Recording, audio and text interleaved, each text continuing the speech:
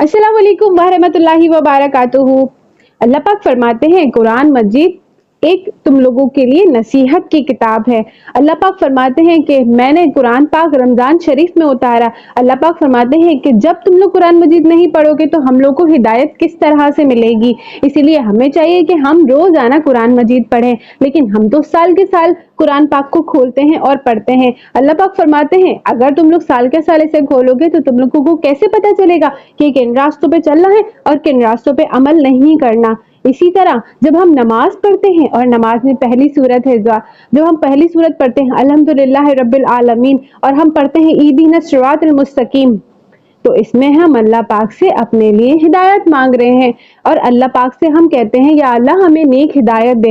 इसका मतलब फिर अल्लाह पाक इसकी अगली सूरत में फरमाते हैं अलिफ लाम मीम ज़ालिकल किताबु ला रैब फी, यानी तुम लोगों को हिदायत जरूर मिलेगी जब तुम इस कुरान मजीद को पढ़ोगे तो तुम लोगों के लिए हिदायत ही हिदायत है और नेक अमाल करने की पूरी किताब तुम्हें है। अब तुम्हें चाहिए कि तुम तर्जुमे के साथ इस किताब को रोजाना पढ़ो। अल्लाह पाक ने फरमाया कि जो भी इस किताब पर अमल करेगा वो कभी भी गुमराह नहीं होगा। जरूरी नहीं कि किसी के पास बहुत ज्यादा शान शौकत हो, गाड़ी हो, घर हो, बड़े बड़े बंगले हो और अच्छे अच्छे मोबाइल हो। जरूरी नहीं कि उसकी जिंदगी दुनियावी जिंदगी बहुत अच्छी हो तभी वो अच्छा इंसान है। अल्लाह की नजर में वो अच्छा इंसान है जो अल्लाह के हुक्म के पाबंद हो और अल्लाह पाक के बताए हुए रास्ते पे चलता हो, कुरान मजीद पढ़ता हो।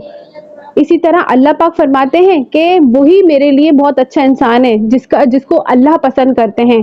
अब ये सारी चीजें हो और हमारे पास इल्म ना हो तो फिर क्या ही फायदा है। जाहिर सी बात है अल्लाह पाक फरमाते हैं दुनिया की चीजें भी जरूरी हैं लेकिन साथ साथ इसका अमल भी जरूरी है। अल्लाह पाक के हुक्म पर चलना भी जरूरी है। अल्लाह पाक फरमाते हैं कि बहुत सारे लोग हैं जो इस किताब को पढ़ के उरूज हासिल फरमाते हैं और बहुत सारे लोग ऐसे हैं जिनको बहुत ज्यादा जिल्लत अता होती है। तो अल्लाह पाक फरमाते हैं कि जो लोग हिदायत नहीं लाए, इस कुरान मजीद को नहीं समझते जैसे मुशरिकीन, और जो हम हैं हम लोग कुरान मजीद नहीं पढ़ते तो हमें हिदायत कैसे मिलेगी। हम जगह जगह कोई ऐसे काम कर रहे होते हैं जिसमें हमें जिल्लत का सामना बहुत करना पड़ता है क्योंकि हम कुरान मजीद के बताए हुए रास्ते पे चलते नहीं है, अल्लाह के हुक्म की ताबीर नहीं करते। तो इसीलिए जो लोग कुरान मजीद पढ़ते हैं और उस पर अमल करते हैं तो अल्लाह पाक उनको बहुत ज्यादा बुलंदी अता फरमाते हैं।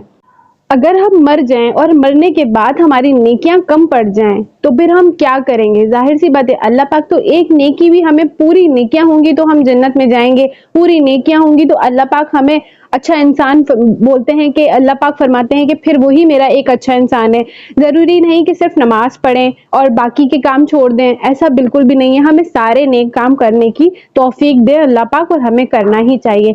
तो जब हम दुनिया में रहते हैं तो दुनिया में हम अपने मोबाइल चेंज करते हैं, हम अपनी गाड़ियां बदलते हैं, हम अपने स्टेटस को अपग्रेड करते हैं, अपने घर को रेनोवेट करते हैं, हर चीज को अपग्रेड करते हैं, लेकिन हम कभी भी अपने आप को अपग्रेड नहीं करते। हमें चाहिए कि हम अगर दीन के इस्लाम के पहले लेवल पे तो हमें चाहिए हम और ज्यादा मजीद दीन सीखें और ज्यादा से ज्यादा हम दीन की तरफ जाएं और अल्लाह की कुरान मजीद जो है, अल्लाह पाक की कुरान मजीद की किताब को हम हर वक्त पढ़ें, डेली पढ़ें और उसको समझने की कोशिश करें और उसके ऊपर अमल करें।